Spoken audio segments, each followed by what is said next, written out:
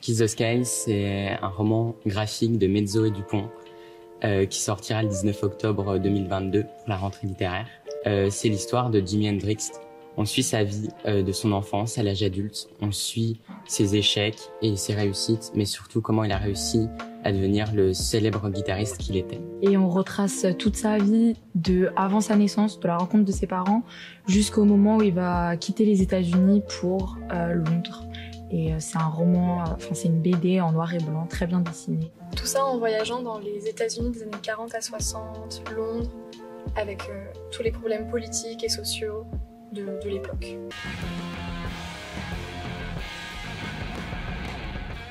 Je lis pas vraiment ce genre de livre d'habitude, enfin une bande dessinée en noir et blanc, et en plus une biographie, c'est vraiment pas ce que je lis. Mais là, pour le coup, j'ai bien apprécié la lecture, elle était rapide, assez fluide, et les dessins ils étaient vraiment très beaux, du coup, c'était vachement cool. Ouais, c'était vraiment le point fort, les dessins, je trouve.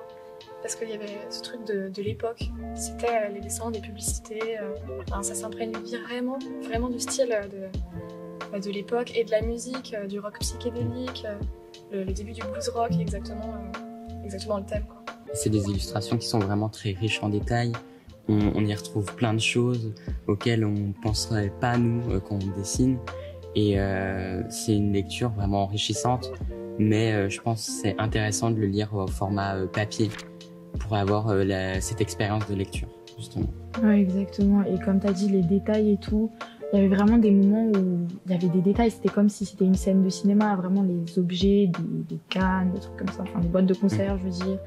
Le journal, par exemple, il y avait Martin Luther King à un moment dessus, donc c'était vraiment, en plus, il y avait l'actualité et tout.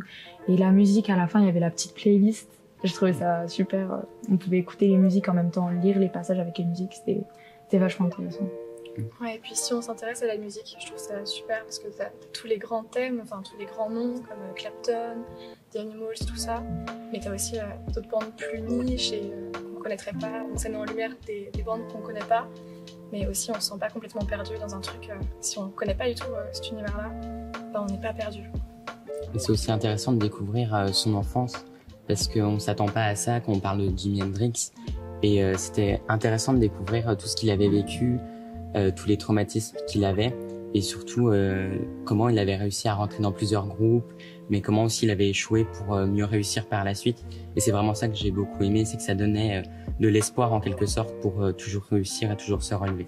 Ouais, c'est ça aussi. Et je trouve que ce qui est bien avec cette BD, c'est que ça l'idéalise pas. Enfin, ça le fait pas passer pour un genre de héros, dans le sens où un enfant qui a grandi dans les galères, dans les quartiers pauvres, qui pouf devient star, grand guitariste connu d'un seul coup comme ça. Non, ça nous montre vraiment que, tout le parcours, tout ce qu'il a vécu et aussi que il en avait un peu rien à faire aussi à certains moments. Par exemple, il y a des moments où il se fait jeter parce qu'il a raté le bus, parce qu'il a passé la nuit avec encore un tel ou une telle, des trucs comme ça.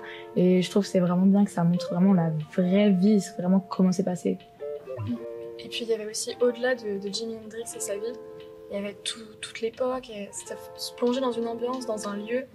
Et ça, c'était pas mal. Et j'ai bien aimé le fait que ça nous détache un peu de sa biographie, et que c'était pas... il était le centre de l'œuvre, mais pour autant, l'œuvre était complète même sans lui.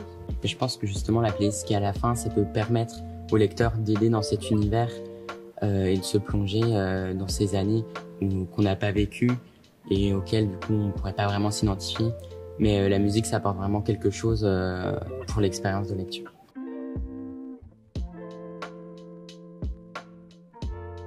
Je vois bien un film qui met en avant des artistes de rue pour interpréter Jimi Hendrix et tous les artistes avec qui il a côtoyé durant sa vie. Je pense que ça mettrait beaucoup plus en valeur son histoire et ça serait une histoire beaucoup plus juste et réaliste. Moi, je verrais bien une version animée des images, comme c'est vraiment le point fort du livre pour moi. C'est un style qui est prenant, ce noir et blanc, pimpant comme ça. Je verrais bien animé pour donner du mouvement et puis pour pouvoir entendre les musiques aussi. Et avec ça, on pourrait peut-être mettre des images d'archives de ces différents concerts, Woodstock 69, et comme ça, on aurait un mélange un peu rock, comme l'époque, quoi. Le même style des vidéoclips de l'époque. Ouais, ce serait vraiment une bonne idée. Et moi, personnellement, je vois vraiment une genre de mini-série. Parce que du coup, là, c'est que le tome 1. Et encore, je trouve que, du coup, en film, c'est pas possible de, du coup, toute sa vie. Et c'est vraiment, je vois Lenny Kravitz, version jeune, dans le rôle de Jimi Hendrix, du coup, puisque extravagant comme lui, musicien comme lui. C'est vraiment l'image que j'avais en tête pendant toute la BD, du coup.